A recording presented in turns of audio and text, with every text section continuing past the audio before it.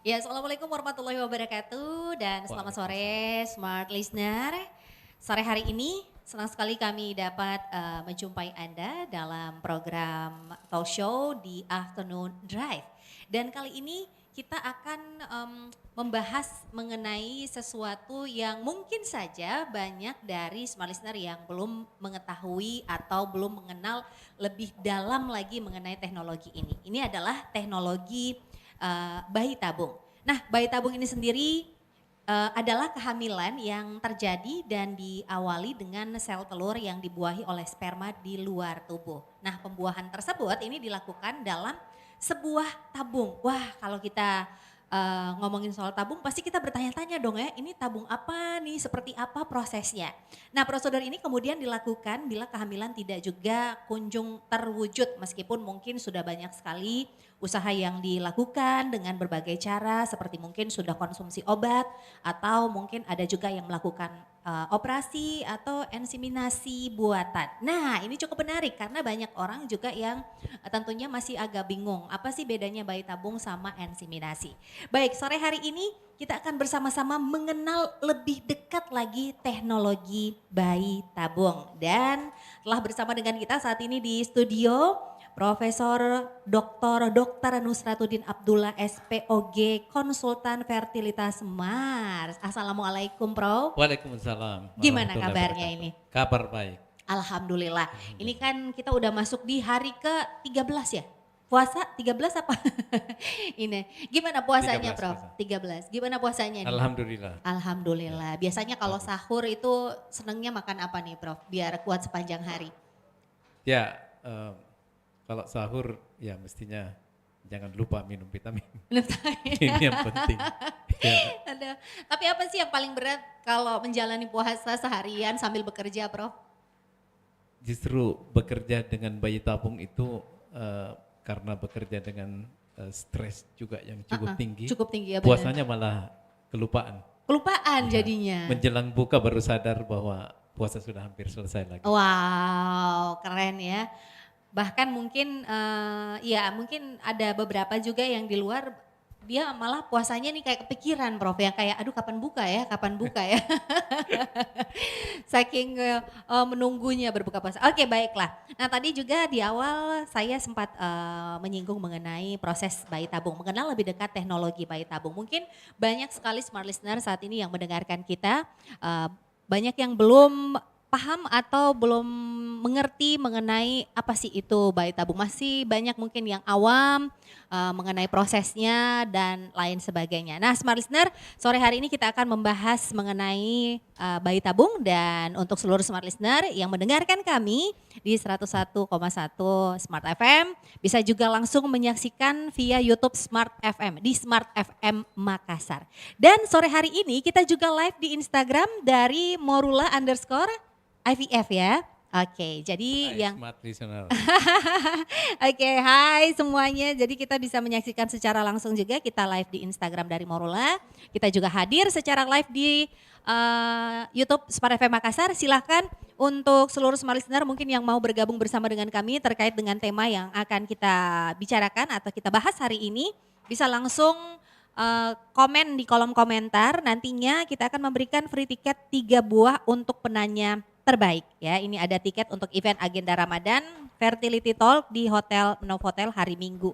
Ya, jadi silahkan nanti yang ingin bertanya boleh langsung bergabung bersama dengan kami. Bersama saya Priscilla ini sore hari ini langsung saja kita akan ngobrol. Tapi mungkin ada banyak dari smart listener di sini yang masih cukup bingung mengenai bayi tabung dan juga inseminasi nih, Prof. Nah, jadi ada beberapa mungkin yang menganggap bahwa oh inseminasi itu mungkin bayi tabung juga. Oke, kalau gitu kita mau tahu dulu nih. Yang pertama inseminasi itu sebenarnya apa sih? Prof? Ya, halo smart listeners. Eh, jadi kita bahas tentang bayi tabung. Pertanyaan pertama sebenarnya itu apa sih bayi tabung itu sebelum kita masuk ke inseminasi. Oke. Jadi bayi tabung adalah suatu teknologi yang mempertemukan sperma dan sel telur di luar tubuh. Kemudian hasil dari pertemuan itu yang dikenal sebagai embrio akan didiamkan selama 3 sampai 5 hari, kemudian embrio yang berumur 3 sampai 5 hari ini nanti akan ditransfer kembali masuk ke dalam rahim. Sehingga itu betul-betul terjadi pembuahan di luar tubuh yang hasilnya akan ditransfer masuk.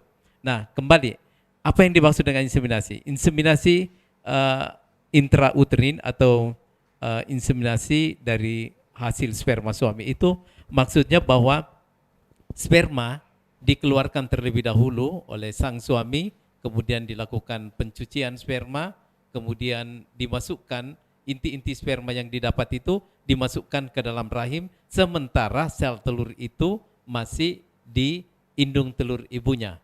Jadi tadi kalau bayi tabung, sel telur yang dari indung telur dikeluarkan dan sperma dari suami dikeluarkan, dipertemukan di cawan Petri, yang itu yang disebut tabung, kemudian terjadi reaksi di sana, kemudian terjadi embrio dan dimasukkan kembali. Kalau inseminasi yang dimasukkan adalah sperma, pada bayi tabung yang dimasukkan adalah embrionya.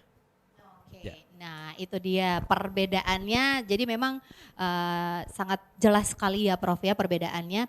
Kalau bayi tabung itu dua-duanya dilakukan pembuahan di luar tubuh, tapi kalau inseminasi cuman spermanya aja. Sperma saja. Oke, nah itu dia perbedaannya. Jadi proses bayi tabung kalau seperti yang tadi sempat diceritakan sedikit oleh Prof, ini tentu saja kita di sini smart listener banyak yang mau tahu gitu, Prof.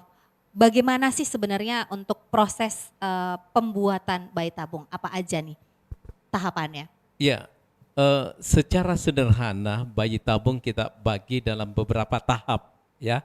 Katakanlah tahap pertama itu adalah konsultasi, di mana di situ akan secara bersamaan dilakukan pemeriksaan-pemeriksaan seperti pemeriksaan USG untuk melihat indung telur rahim sang ibu, apakah ada kista, tumor atau hal-hal yang menghambat nantinya. Kemudian di situ juga biasa dilakukan pemeriksaan analisa sperma. Kemudian hasil-hasil dari pemeriksaan itu pada pertemuan pertama ini nanti akan dilanjutkan apakah si ibu ini atau si sang suami keduanya layak untuk masuk ke tahap bayi tabung. Kemudian tahap selanjutnya adalah jika oke untuk masuk ke tahap bayi tabung, maka ibu pada haid hari kedua atau ketiga itu akan dilakukan penyuntikan minimal 8 sampai 10 kali suntikan untuk pembuatan sel telur. Kemudian tahap berikutnya adalah tahap penyuntikan obat hormon untuk menahan supaya sel telur yang kita sudah buat ini nanti tidak ovulasi, tidak pecah. Karena manakala tanpa obat penahan, maka sel telur yang sudah dibuat itu nanti katakanlah mungkin ada 8, 10, 15 mungkin. Tadi siang saya mengambil sel telur 29. Wow. Yang hebatnya adalah seorang ibu umur 40 tahun. Yang jarang sekali terjadi hal demikian karena ada korelasi yang paralel tingkat umur dengan keberhasilan atau sel telur yang didapat, jumlah sel telur yang didapat. Nah ini tadi luar biasa sekali, bisa dapat 29 pada saat umur 40 tahun. Wow, ini amazing. Ini kayaknya amazing ya. Kalau biasanya di usia 40 itu sel telur yang pada umumnya itu sisa berapa sih, Prof? Ya, jadi sel telur itu sangat bergantung dengan tes cadangan sel telur namanya. Jadi kalau dilakukan pemeriksaan si ibu ini tadi memang dari awal, biasanya di usia lebih dari 40, itu AMH itu sudah dibawa 1. Ibu ini masih bagus karena 1,5. Kemudian dilakukan penyuntikan dapat 29. Idealnya pada umur itu adalah di bawah 1. Kemudian pada usia sekitar di atas 35, AMH itu nanti itu berkisar antara 1 sampai 1,5. Nah pertanyaannya berapa sih sel telur yang ideal untuk setiap bayi tabung? Itu sangat tergantung dari umur pasien dan kadar AMH-nya, tes cadangan sel telurnya. Oh oke. Ya. Nah biasanya yang banyak ditemukan kalau usia 40 tahun itu sel telur tersisa berapa sih di perempuan atau di wanita, Prof? Ya, jadi wanita indung telur wanita adalah suatu hal yang unik. Kenapa? Karena sel telur seorang wanita itu memang sudah diadakan oleh Yang Maha Kuasa sementara masih dalam kandungan. Oke. Jadi puncak jumlah sel telur seorang wanita, bayi wanita itu dalam kandungan pada usia kandungan 20 minggu itu sekitar 7 jutaan. Wow, banyak. Ya, 7 jutaan. Kemudian dalam periode waktunya nanti pada saat dilahirkan itu mungkin hanya tinggal 2 jutaan. Dan sampai remaja itu akan habis, setiap bulan akan habis dengan mati dengan sendirinya. Dan dihitung bahwa hanya 400 sel telur yang akan menjadi sel telur yang matang sepanjang hidupnya. Sehingga seorang wanita memang harus melakukan perkawinan secepatnya sebelum usia 40. Sebelum sel telur yang 400 ini yang gugur satu demi satu dan pada akhirnya habis, itulah yang disebut menopause. Oke, Ya. baik. Nah, ternyata ini saya agak-agak ini juga ya, terkejut juga ternyata sel telur wanita itu cukup banyak ya semenjak Cukup dia banyak, dilahirkan, tapi pada akhirnya juga yang dapat menjadi dapat dibuahi gitu cuma 400 aja. Jadi Ya. makanya mungkin lah itulah alasan kenapa kita harus menikah sebelum usia 40. Itu kalau ingin mendapatkan keturunan ya yang baik dan juga secara alami. Oke, baik. Kalau kita ngomongin soal teknologi bayi tabung, tentu saja kita juga mau tahu nih sejarah dari bayi tabung secara singkat. Nah, nanti kita akan ngobrol kembali bersama dengan Prof. Kami akan segera kembali. Iya, kembali lagi di Afternoon Drive, talk show kita bersama dengan Morula IVF Makassar dengan tema kita mengenal lebih dekat teknologi bayi tabung. Kita juga masih bersama dengan narasumber kita sore hari ini Profesor Dr. Nusratuddin Abdullah SPOG, konsultan fertilitas Mars. Nah, tadi juga Prof sudah sempat menjelaskan tahapan atau proses pembuatan bayi tabung. Nah, ini kalau Smart Listener seperti kita tahu bersama bahwa untuk tahapan proses pembuatan bayi tabung ini sebenarnya cukup panjang ya Prof ya. Cukup panjang. Cukup banyak sekali yang mesti dilakukan. Nah, tadi kita juga baru sampai di tahap kedua. Penyuntikan penahan sel telur. Iya, oke, tahap kedua. Oke, mungkin boleh dilanjutkan untuk tahapannya Prof. Ya, jadi tahap kedua itu adalah sel telur yang sudah berkembang, kita harus suntikkan obat penahan sel telur supaya jangan pecah lebih awal sebelum diambil. Kemudian tahap yang ketiga adalah jika dianggap sel telur itu sudah matang, biasanya berukuran antara 18 sampai 20 mm, itu maka dianggap bahwa sel telur itu yang ada di indung telur ibu yang sudah dirangsang itu sudah matang, sehingga diperlukan suatu proses pengambilan yang disebut open pickup, jadi penangkapan sel telur. Nah, itu adalah proses yang ketiga. Jika kita sudah tangkap sel telur, maka pada hari itu juga dilakukan pengambilan sperma oleh suami. Dan langkah selanjutnya adalah mengawinkan antara sel telur yang didapat tadi dengan sperma pada saat itu juga. Dan itu memakan cukup waktu juga karena mengawinkan masing-masing sel telur. Jika kita dapat 10-15 sel telur, maka semua sel telur itu disuntikkan masing-masing satu sperma ke dalam sel telur. Sekitar 20 jam itu akan dilakukan pengecekan. Maka di situ dilihat apakah terjadi fertilisasi atau tidak. Dan biasanya dengan sistem yang disebut penyuntikan sel telur, penyuntikan sperma ke dalam sel telur itu, angka keberhasilannya, angka fertilisasinya itu sekitar 80%. Artinya dari 10 sperma yang dimasukkan ke 10 sel telur, maka yang akan jadi embrio itu sekitar 8 karena 80%. Ya, jika kita mendapatkan embrio itu akan dibiakkan. Jadi tahap selanjutnya adalah tahap pembiakan embrio. Kita biarkan embrio bertahan selama dalam suatu medium tertentu sekitar 3 sampai 5 hari. Dan di situ akan dilakukan pengecekan akan berapa sel telur yang sudah terjadi pembuahan tadi akan berkembang menjadi embrio yang bagus. Biasanya pada hari ketiga akan diberikan informasi ke dokternya bahwa oke, dari 10 sel telur kemudian dilakukan penyatuan antara sperma dan sel telur, maka kita dapatkan 8 embrio, dan dari 8 embrio itu nanti akan dilakukan grading. Berapa embrio yang bagus, biasanya ada good, ada poor. Jadi embrio yang bagus ini nanti jika melebihi jumlah dari 3 embrio yang bagus, maka dilanjutkan ke hari kelima. Karena perkembangan embrio dari hari ketiga ke hari kelima itu penuh resiko. Ada kemungkinan sekali bahwa embrio yang hari ketiga itu malah tidak ada satu pun yang jadi embrio hari kelima.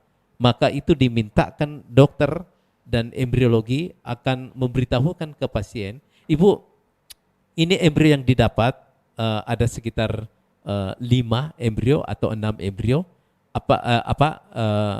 Hari ketiga, apakah Ibu bersedia dilanjutkan ke hari ke-6 dengan segala resikonya bahwa ada kemungkinan itu kita tidak mendapatkan.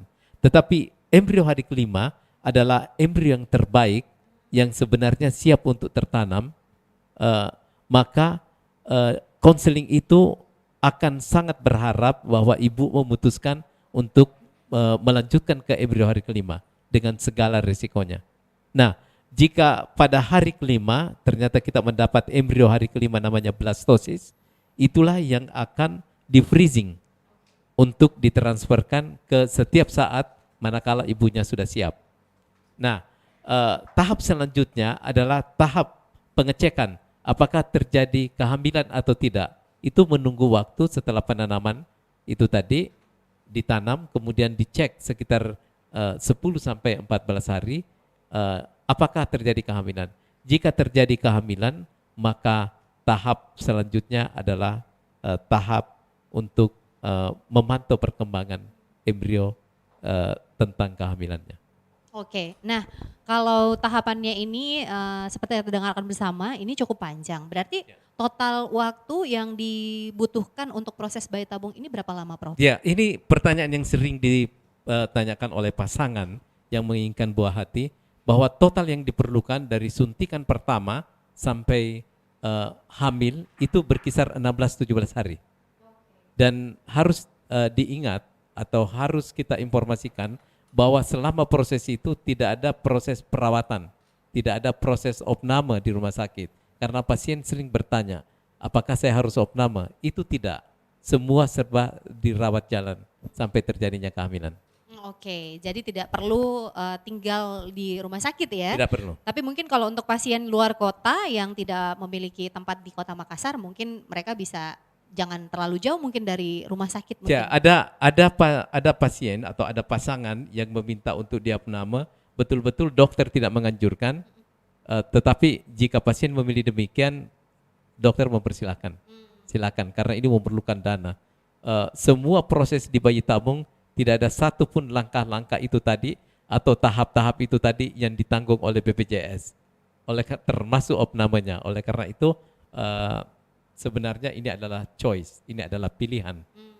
Ya. Oke, baik. Nah, ini tadi sempat menyinggung mengenai BPJS sih, sebenarnya di pertanyaan saya juga ada nih, Prof. Apakah bayi tabung ini dapat ditanggung oleh BPJS? Ya, itu bukan sekedar bayi tabung saja, semua proses atau semua pasangan yang menginginkan anak itu tidak ditanggung oleh BPJS. Okay. Walaupun itu di luar bayi tabung, termasuk inseminasi misalnya, ataupun pemeriksaan-pemeriksaan yang dilakukan untuk menunjang diagnosis kita, seperti USG atau HSG untuk melihat saluran, atau analisa sperma untuk melihat faktor pria, itu semua tidak ada ditanggung oleh BPJS, itu harus biaya sendiri. Oke. Termasuk asuransi tidak menanggung. Oh, oke, baik. Oh, asuransi juga berarti tidak menanggung BPJS. Hanya ada beberapa perusahaan-perusahaan besar yang mencantumkan tanggungan untuk inseminasi, hanya inseminasi. Ada perusahaan yang lebih besar lagi mencantumkan sampai bayi tabung, tahap bayi tabung. Dan itu pun disyaratkan bahwa hanya 1 kali. Oh, oke. Kalau gagal berarti bayi tabung berikutnya harus bayar sendiri. Bayar sendiri. Nah, itu dia, ini adalah informasi juga yang cukup penting yang harus diketahui juga untuk seluruh smart listener yang saat ini tengah mendengarkan kami, bahwa kalau ingin bayi tabung emang harus benar-benar mempersiapkan keuangan yang cukup banyak ya. Oke, baik. Prof, mengenai bayi tabung ini sendiri, ada nggak sih efek dari bayi tabung yang akan dirasakan oleh ibu atau wanita yang melakukan proses bayi tabung ini? Ya, ini juga pertanyaan yang banyak sekali dilemparkan ke tim dokter yang menangani bayi tabung. Saya mau bayi tabung, tapi saya takut efeknya. Eh, Efek-efek yang ditimbulkan oleh bayi tabung tidak lebih tinggi daripada yang tanpa bayi tabung, yang maksudnya alamiah. Katakanlah, misalnya, dokter saya mau bayi tabung, tapi saya takut hamil di luar kandungan. Itu efek samping hamil di luar kandungan itu sama saja di masyarakat normal, ya, yang menginginkan anak atau hamil secara spontan, itu angka kehamilan hamil di luar kandungan itu sama. Kemudian pertanyaan berikutnya, ya bagaimana dengan suntikan-suntikan, apakah menimbulkan kanker? Itu juga adalah pertanyaan yang sering dilempar dan itu sama sekali tidak berhubungan dengan kanker. Kenapa? Karena suntikan-suntikan yang dipakai itu hanya beberapa saat, ya, katakanlah 8 kali suntik, itu tidak cukup untuk menimbulkan efek-efek seperti yang ditakutkan itu tadi.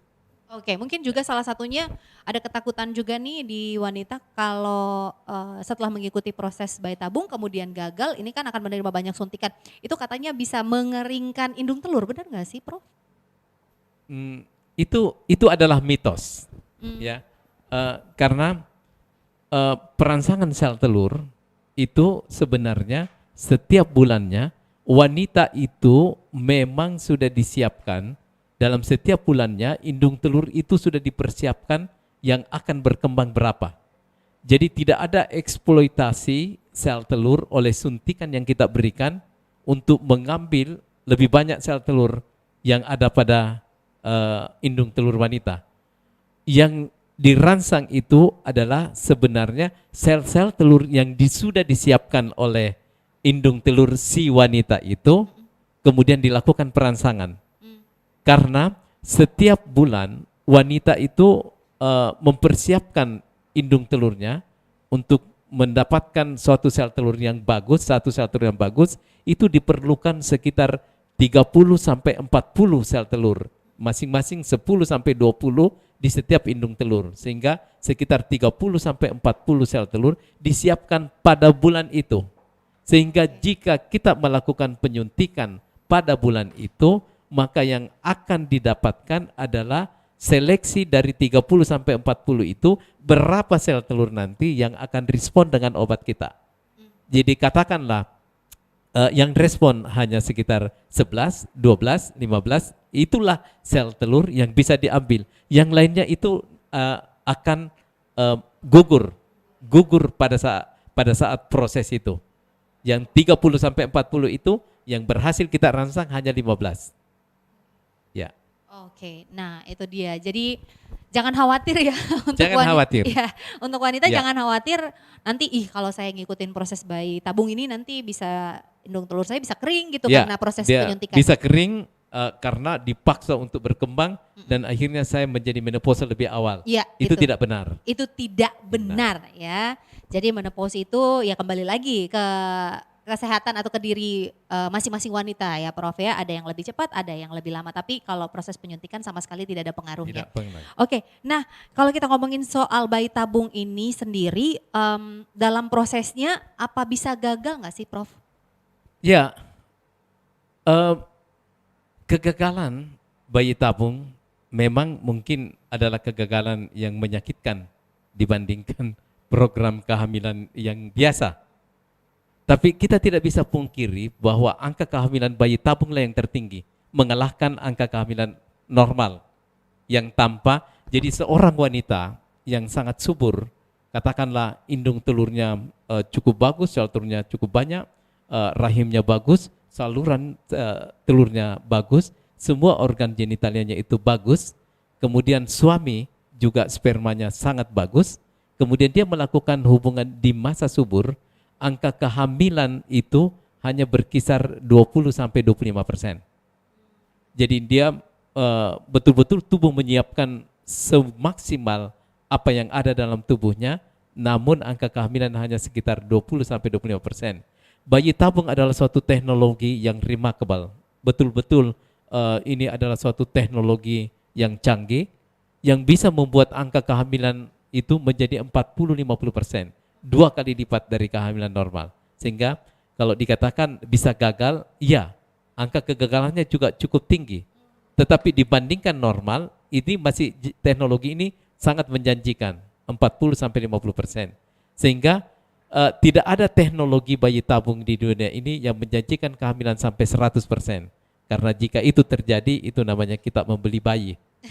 Bahwa punya uang akan dapat bayi. Oke, Itu tidak itu kayaknya begitu. mau mengambil tugas Tuhan itu kalau gitu. Ya, Karena yang menentukan kita bisa mendapatkan momongan atau tidak kan kembali lagi ke yang Maha Kuasa. ya. Tapi kalau untuk proses bayi tabung ini sendiri keberhasilannya bisa mencapai sampai 50 sampai 40-50%. 40 sampai Iya. 50%. Wow, itu adalah angka yang cukup besar ya. Cukup besar Cukup sebenarnya besar karena sekali. 50-50. Bahkan sebenarnya angka ini secara matematika itu akan melebihi 50%. Karena katakanlah jika kita mendapatkan sel telur misalnya ada 7 embrio, nanti sel telur itu menghasilkan 7 embrio. Maka pada umur di bawah 35 itu yang ditanam itu hanya satu menurut aturannya, satu embrio. Katakanlah jika transfer pertama terjadi kehamilan, maka 6 embrio berikutnya itu nanti siap ditanam itu pada saat ibunya berkeinginan untuk mendapatkan bayi kedua. Tapi jika kita bicara tentang kegagalan, maka pada transfer pertama gagal, maka bulan berikutnya atau 2 bulan berikutnya atau 3 bulan berikutnya kita transfer berikutnya. Katakanlah gagal lagi. Kalau masih ada sisanya, ini selalu kita berpikir bahwa ada di antara sisanya itu yang bisa menghasilkan kehamilan. Maka terkadang ada pasien ada hamil pada transfer pertama, ada pasien yang hamil pada transfer yang keempat. Sehingga umur morula itu sekarang ini sudah 4 tahun.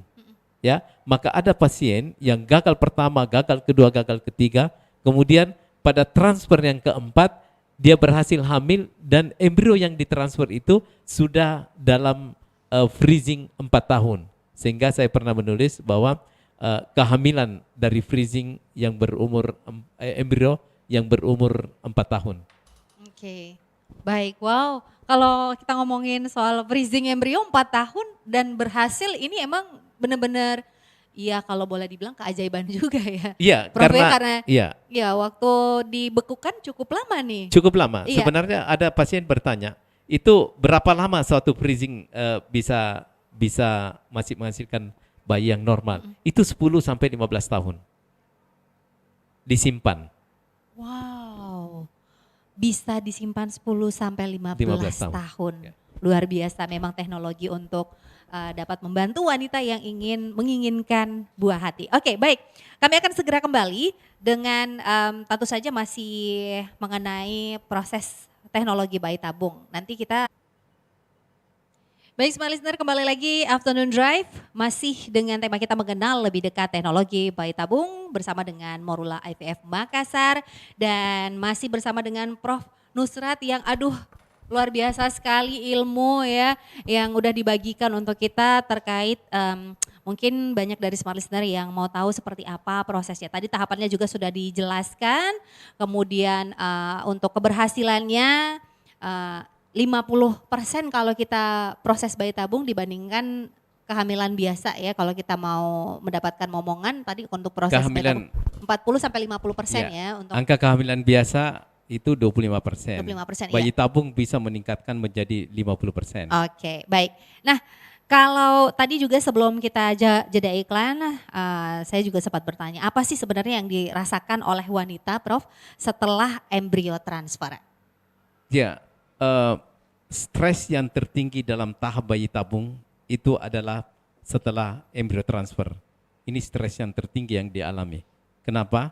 Pada saat itu betul-betul si calon ibu ini yang sudah ditransfer akan merasakan banyak hal, termasuk semua faktor-faktor yang berpengaruh dari luar, termasuk stres dan harapan-harapan yang terlalu tinggi, sehingga akan timbul keluhan-keluhan yang sebenarnya mungkin tidak apa-apa atau mungkin tidak berarti, tetapi setelah embrio transfer itu akan menjadi keluhan itu akan menjadi sangat penting, dan keluhan ini akan menjadi suatu hal yang luar biasa, padahal sebenarnya mungkin dulu dialami, tapi karena tingkat stres yang tinggi setelah embrio transfer itulah yang menyebabkan si ibu ini akan sangat galau dan sangat berharap bahwa apapun yang terjadi, termasuk nyeri-nyeri, itu akan selalu dilaporkan ke morula.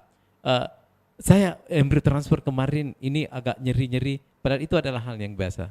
Kemudian pertanyaan lain lagi, saya ini baru ditransfer, ini ada berdarah sedikit-sedikit, padahal itu adalah pada saat kita masukkan alat, menyenggol sedikit, jaringan vagina tersentuh sedikit, itu ada mudah berdarah, padahal itu darah dari vagina keluar, bukan darah dari dalam rahim, tetapi itu akan menjadi hal yang sangat menakutkan untuk orang-orang yang sudah embrio transfer.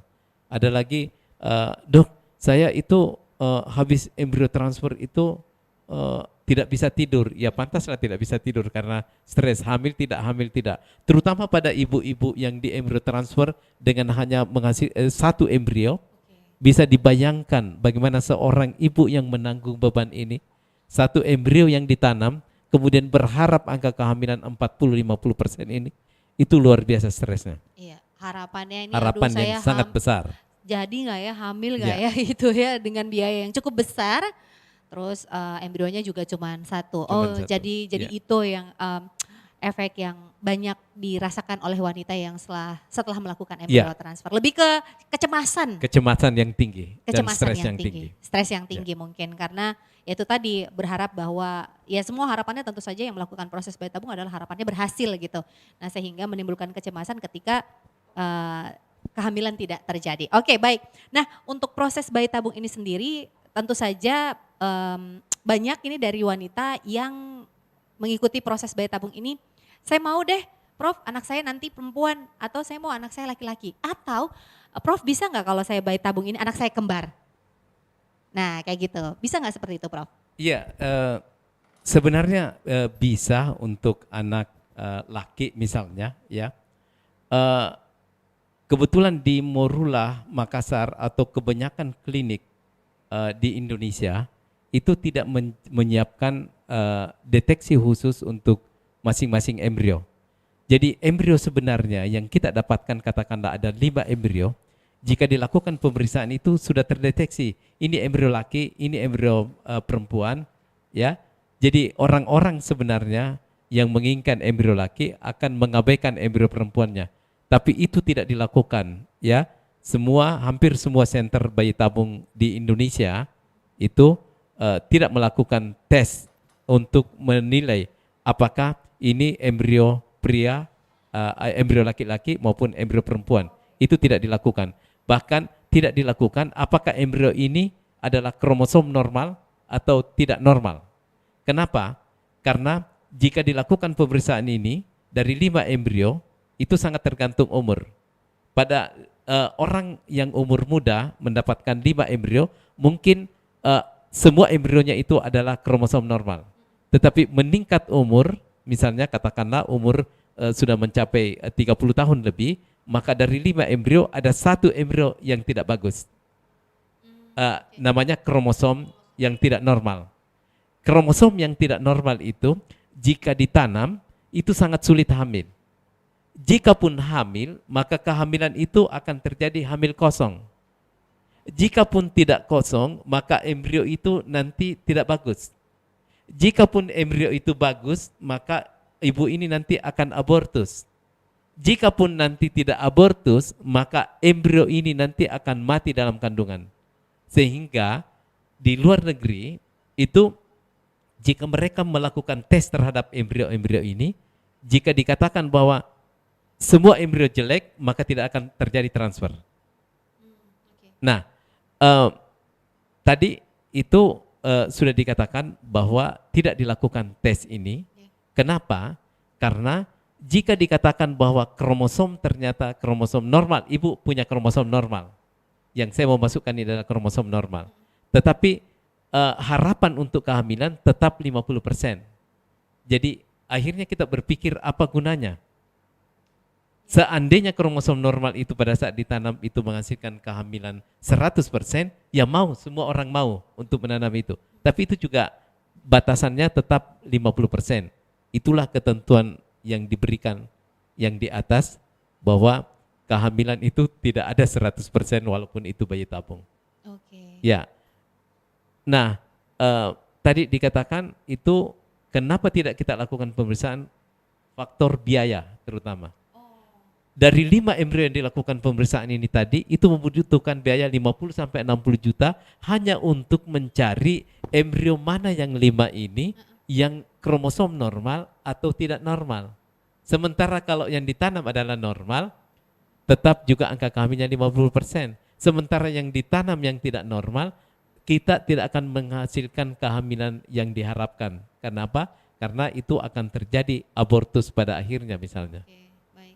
Nah, kalau misalkan kita menginginkan bayi kembar, bisa nggak ini melalui proses bayi tabung? Ini pertanyaan yang paling sering diucapkan. Dokter, saya mau bayi tabung, tapi saya mau Saya anak mau kembar. ya. Dokter tidak pernah menjanjikan dan tidak bisa melakukan suatu program untuk mendapatkan kehamilan normal. Dokter hanya tahu saya masukkan embrio ibu 1 sesuai umurnya atau 2 jika umur lebih dari 35. Kemudian apakah hamilnya kembar atau tidak, itu dokter tidak tahu. Oke, tapi Ya. pernah nggak bayi tabung ada yang kembar, Prof? Banyak. Wow. Karena bayi tabung itu meningkatkan angka kehamilan kembar. Normalnya kehamilan kembar di masyarakat umum itu hanya 1-2%. Oke. Pada bayi tabung itu meningkat menjadi 7-8% orang yang bisa kembar, ya. Jadi kita itu di Morula itu mendapatkan banyak bayi-bayi kembar.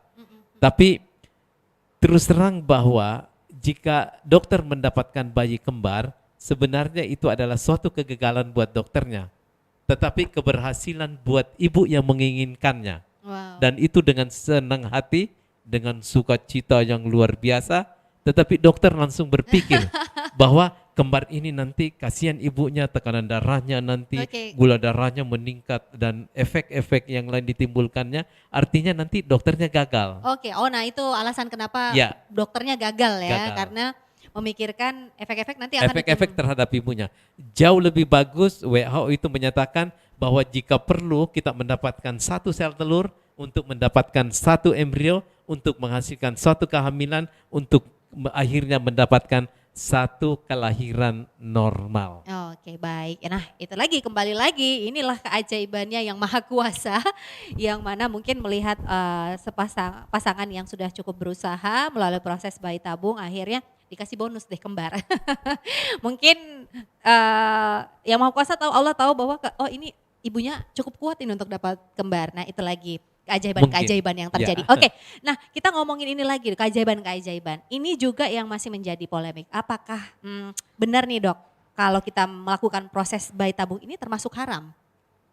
Ya, jadi halal haramnya itu sepanjang dari hampir semua agama setelah saya melihat atau menelaah masing-masing itu, hampir semua agama itu sebenarnya mengizinkan bayi tabung sepanjang itu adalah embrio itu berasal dari sperma suaminya dan sel telur istrinya. Oke. Dan dilakukan di periode perkawinan yang syah. Oke, baik. Dan itu yang penting, ya, sah. Kenapa? Karena ada beberapa pasien nanti datang, dok saya mau bayi tabung, ternyata nikah siri. Itu Morula tidak mau, karena tidak bisa ditanggung gitu. Oh, oke, jadi kalau nikah siri nggak boleh ya? Tidak boleh, harus memperlihatkan kartu nikah yang syah. Sah, yang sudah tercatat di negara. Di negara. Oke. Jika tidak mampu memperlihatkan itu, berarti bayi tabung tidak akan dilakukan. Oke. Jadi betapa ketatnya. Jangankan banyak pasien juga malah merasa atau curiga bahwa saya tidak mau dokter bayi tabung, saya takut nanti spermanya bukan spermanya suami saya. Iya. Ini ada pertanyaan begitu. Iya. Jangankan spermanya orang, nikahnya sah saja atau tidak sah itu sangat diperhatikan sekali. Jika tidak sah, walaupun keinginan bayi tabung cukup tinggi, Morula atau center bayi tabung yang di Indonesia itu tidak memungkinkan hal tersebut. Jadi apa dong dikatakan haram proses bayi tabung? Ya, yang haram itu ini kejadian yang Ya. sebenarnya. Ada beberapa pasien yang kita programkan di Morula, kita mendapatkan embrio, kemudian kadarullah Mm-mm. terjadi kematian suami. Oke. Sehingga beberapa pasien itu datang, dokter saya mau embrio saya itu dimasukkan. Mm-mm. Ibu tidak boleh, itu haram. Kenapa haram? Ini embrionya sendiri. Ya, Iya, betul. suaminya sudah meninggal. Untuk mencegah fitnah bahwa suaminya sudah meninggal kemudian dia hamil. Itu jauh lebih fatal daripada menuntut untuk dimasukkan embrionya sendiri. Walaupun haknya, Ya, meskipun merasa mungkin haknya. itu adalah Ya. embrio yang dihasilkan pada saat suaminya masih Pada hidup. saat suaminya masih hidup. Oke, Ya. baik. Jadi tetap nggak bisa Nggak bisa. Dan kenapa dikatakan haram ya itu tadi kalau kejadiannya seperti itu. Tapi untuk seluruh prosesnya, smart listener, ini sudah berdasarkan riset juga dan juga persetujuan yang cukup ketat. Haram sama sekali tidak haram untuk proses bayi tabung ya. Jadi aman sekali untuk kita lakukan. Baik Prof, terima kasih banyak untuk Terima waktunya. kasih. Ya. Sore hari ini banyak sekali ilmu-ilmu ya, ilmu pengetahuan yang kita tahu mengenai proses bayi tabung. Gimana sih caranya kita bisa memiliki anak bayi tabung. Nanti untuk lengkapnya bisa langsung ke Instagram atau mungkin langsung ke Morula IVF Makassar. Morula IVF Makassar. Iya, betul. Baik, Moms and Dad jangan lupa untuk join Ramadan Fertility Talk di hari Minggu 24 April 2022 di Hotel Novotel Makassar. Dapatkan paket bayi tabung cashback sampai dengan 3 juta rupiah. Pesa-tesa cashback up to 3 juta, free voucher DFI senilai 1.200.000 rupiah dan juga free 1 kali konsultasi dan juga USG. Free 1 kali konsultasi online dengan seluruh dokter Objin Morula IVF Makassar. Kemudian nanti akan ada juga door prize dan goodie bag yang akan dibagikan. Untuk link pendaftarannya silakan langsung mengunjungi Instagram dari Morula_IVF Makassar atau bisa menghubungi WhatsApp di nomor 085 398 30053. Saya ulangi ya sekali lagi 085 398 30053. Salam 2 garis. Oke, baik, sekali lagi terima kasih banyak. Nanti kita akan hadir kembali lagi talk show bersama dengan Morula dengan pembahasan yang menarik lainnya. Sekali lagi terima kasih banyak Terima Prof. kasih. Salam Ya. 2 garis. Salam 2 garis. Sehat selalu dan selamat menantikan Terima kasih. berbuka puasa. Saya Priscilla Rini pamit undur diri, sampai jumpa lagi Smart Listener.